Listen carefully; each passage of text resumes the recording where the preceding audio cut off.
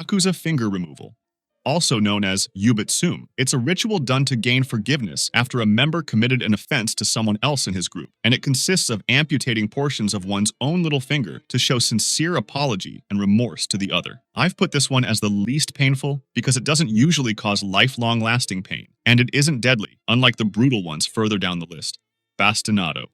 Bastinado consists of beating the victim with a light rod, knotted cord, or lash exclusively on the feet. Unlike most types of flogging, it is meant more to be painful than to cause actual injury. Even though if done too harshly or for too long, it might cause the victim to not be able to walk anymore. This one is also not deadly. Pitch capping. Pitch capping involves pouring hot pitch or tar into a conical paper cap and forcing it onto the victim's head. The pitch was allowed to cool, and the cap was ripped off, removing skin and tissue from the victim's scalp, scarring him for life. It wasn't usually done with the intention of killing, but deadly infections after this weren't that uncommon. Elephant's foot.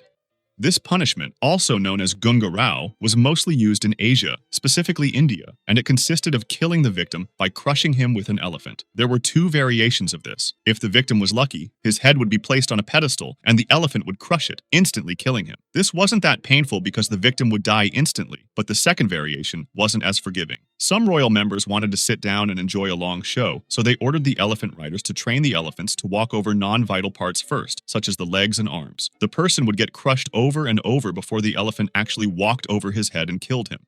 Poina cully.